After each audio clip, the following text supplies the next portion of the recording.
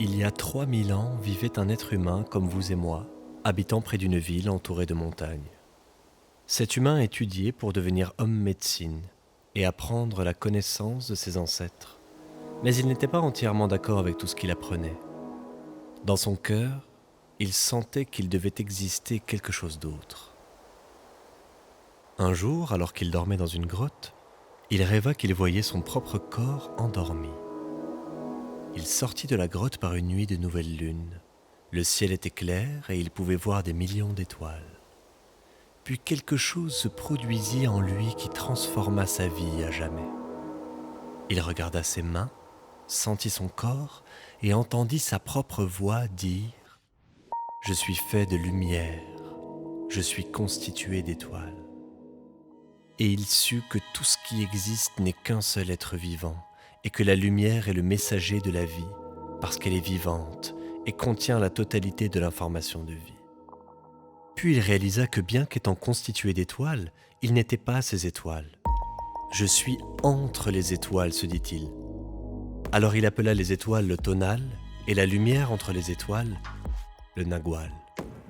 Et il sut que c'est la vie qui crée l'harmonie et l'espace entre les deux. Sans la vie, le tonal et le nagual ne pourraient exister. La vie est la force de l'absolu, du suprême, du créateur qui crée toutes choses. Voici ce qu'il découvrit. Tout ce qui existe est une manifestation de ce seul être vivant qu'on appelle Dieu. Tout est Dieu. Et il en conclut que la perception humaine n'est que de la lumière percevant de la lumière. Et il vit aussi que la matière est un miroir. Tout est un miroir réfléchissant la lumière et créant des images de cette lumière. Et que le monde de l'illusion, le rêve, n'est que de la fumée, nous empêchant de voir qui nous sommes vraiment. Le vrai moi est pur amour, pure lumière, dit-il. Cette compréhension changea sa vie. Sachant qui il était vraiment, il regarda les autres humains et le reste de la nature et fut étonné de ce qu'il vit.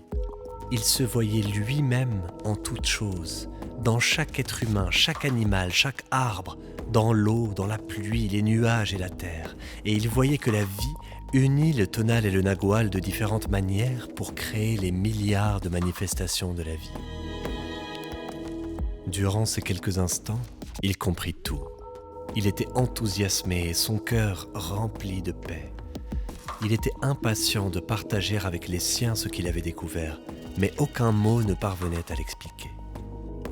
Il avait découvert qu'il était un miroir pour les autres, dans lequel il pouvait se voir lui-même. Chacun est miroir, se dit-il. Il se voyait en chacun, mais personne ne le voyait lui comme soi-même. Et il réalisa que tous rêvaient, mais sans conscience, sans savoir vraiment qui ils étaient. Ils ne pouvaient le voir comme eux-mêmes parce qu'il y avait un mur de brouillard ou de fumée entre les miroirs.